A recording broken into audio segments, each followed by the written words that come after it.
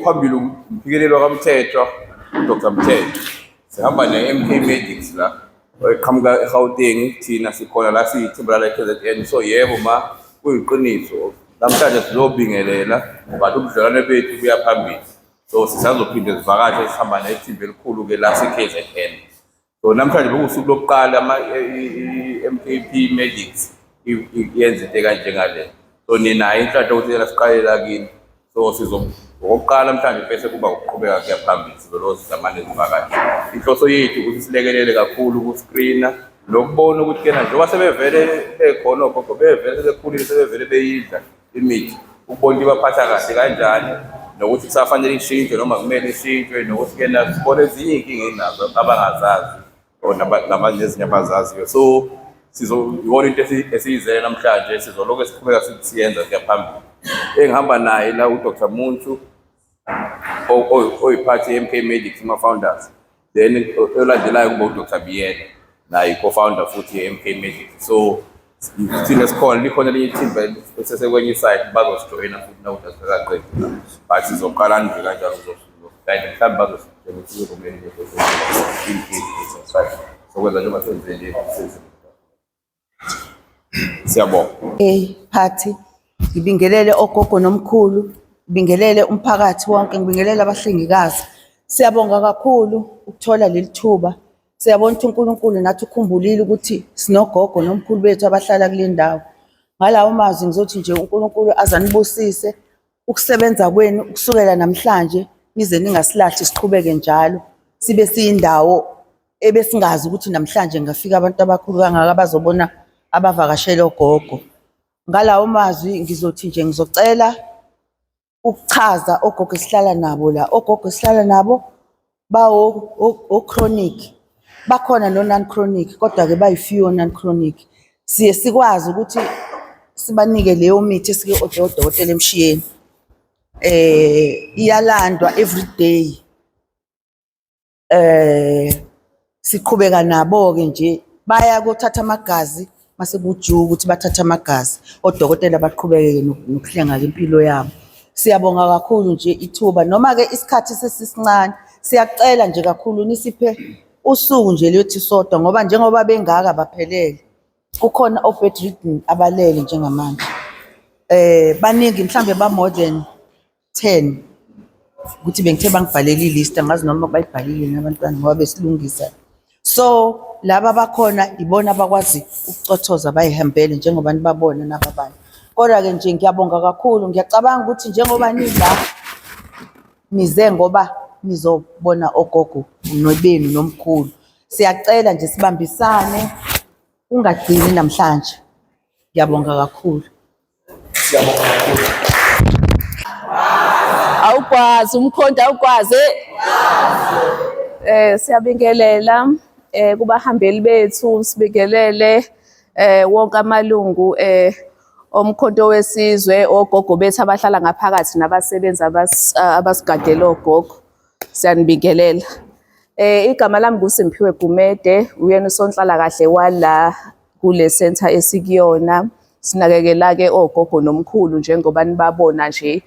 Mina ke usonhlala kahle eyami indima idlalwa kakhulu ekuthenini abantu mebengena ngaphakathi sibanakekela kanjani bephuma emakhaya bekhishwe izimo ezingasekho right ukuthi bangahlala emakhaya bese bebuya ke beza ngala. Abanye uthola ukuthi hayi ukuthi kunesimo esithize kodwa basenabo abantu ababanakekelayo. Izingane ziyafunda, abantwana bayasebenza, ugogo usala yedwa emini. So vulnerable ke ngaleso sikhathi angithi ngoba phela amaphara lawa ayangena emini bekhona babadlwengulo ogogo bathatha imali kanjalo kanjalo. So ke isikhungo esifana nalesi sinakekela ke ogogo ngaleyo ndlela. Kube ukuthi ke mangabe sebefikile la igama melithi i-old age home. Sinathi sifuna ukuthi bafile at home mangabe bela. Sibenzela ke zonke ke lezi zinto nathi esizenzayo emakhaya. So mangabe kuwukuthi akakwazi ukuyigeza, sinabo abantu kufanele agezwa ngithi njengomntwana. Umntwana uyamcabangela umbone hayi engathi uyagula namhlanje ngoba phela sebeyingane ngithi. Megula namhlanje hayi usister useyabona ukuthi kufanele enze njani. Mangabe kukhona ama disputes phakathi kwakhe nama families sengiyangenelela lapho kanjalo. So usuku olufana nalolu la siba khona nabantu abafana nani abasivakashelayo. Kuyaye kube umusa, sikubona umusa omkhulu ngoba siyabadinga abantu abafana nani, especially mangabe kukhona indawo ezikanje esibuye sibe nama challenges afaka imali nje kaphakathi kakhulukazi. Nathi ke sinawo lawo ma challenges, shuthi nje isikhathi sihamba nani nifika njalo nogcina nani senibona ukuthi okay ikuphi mhlambe la ningafaka khona isandla njengenhlangano phela efufusayo futhi nje ebonakalayo kahle umsebenzi we-MK uyabonakala. Siyabonga ukuthi nifikile nazo zivakashela, ikona kuqala kwe relationship loku. Hopefully eminyakeni ezayo sizoleke sihamba njalo siyibuilda ikhule le relationship esinayo nani. Siyabonga kakhulu. Lapho sike sathola nethuba elihle kakhulu lokuxoxisana namanye amalunga e-MK Party ngalo lonke lolu hlelo olwenzakala lana ukuthi bavakashele ogogo abaphila nezifo ezehlukahlukene. Base-ke bona-ke beyibeka indaba bacacisa ngalolu hlobo. Okwakho nje ukuthi awulaleleke ukuthi bayibeke bathini.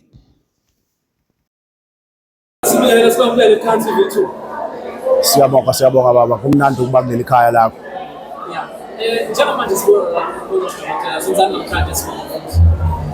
Siwumkhonto wesizwe, sithathe wonke umuntu owusizo emphakathini samfaka ngaphansi kophiko lomkhonto wesizwe ngoba abantu siyazi ukuthi usizo banalo, abantu usizo bayalidinga, kodwa usizo luqhelile ebantwini.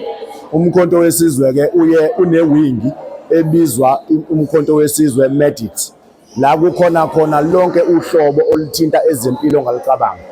Abathinta ezokudla, ama-dietitian, ama-physiotherapist, lonke uhlobo likadokotela ongalicabanga. Sibaqoqele ndawonye-ke bonke labo dokotela, sabaletha la, sibasondezela emphakathini, siku-Ward 88 la ePass4 Phungula Zone. Sibasondeze emphakathini ukuthi bazo-check-a bonke o-chronic abanabo ukuze bafakwe phansi kohlelo lokuthi njengoba sebenalabo chronic bareferwa kweziphi izinhlaka zezempilo la bezithola khona usizo, ngoba abanye abantu bahleli nama-chronic kodwa abazazi ukuthi banalezo zifo. Sasesithi-ke thina sithathe ezempilo sizilethe kubantu njengenhlangano-ke yomkhonto wesizwe, kuwumsebenzi wethu ukunakekela isizwe.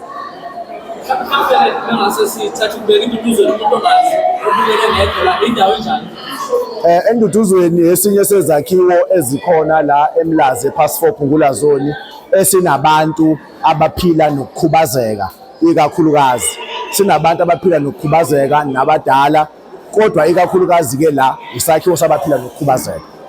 Now labo bantu kuba nesikhathi noma nesimo esinzima njalo ukubona uku-accessa ezempilo. Yingakho siyiprioritizile kakhulu siwubuholi base-Pass4 Phungula Zone into yokuthi uma kukhona uhlelo njengalolu lomkhonto wesizwe medics, asiprioritize le ndawo sibalethe khona ngoba siyazi ukuthi banama-challenges angakanani uku-accessa ezempilo. Siyabonga baba. La ukhuluma noSiyanda owakwanene owu-zonal coordinator ePass4 Phungula Zone. Siyabonga baba. Ngiyabingelela nami, ngibingelele kakhulu kuLokoza TV. Kule wadi i-MK Party isithumelele abodokotela ngokusuka emazingeni aphezulu ukuthi izosibhekela ogogo bethu nomkhulu bethu, kakhulu indawo esikuyona abantu abangaboni emehlweni, abakhubazekile nangokuhamba nangokwenza. So abantu abangalitholi usizo njalo uma belifuna ngenxa ukuthi abanabo abantu ababasizayo. So MK ngenxa ukuthi iyiqembu elihambela emphakathini, ehambela ebantwini, iye yathi namhlanje ayivisithe indawo yaseNduduzweni eMlazi ku-Ward 88, ihambele igule ikhona bazocheckwa nje ukuthi ushukela kanjani, izifo ezikhona emagazini ngokujwayelekile, o diabetes. So nje sibonga kakhulu kumkhonto wesizwe kusithumelela odokotela abanjalo ukuthi bafinyelele emphakathini ongakwazi ukuyisukumela. Igama lami nguSibongiseni ngwakwambuyazi ngusihlalo ka Ward 88. Siyabonga.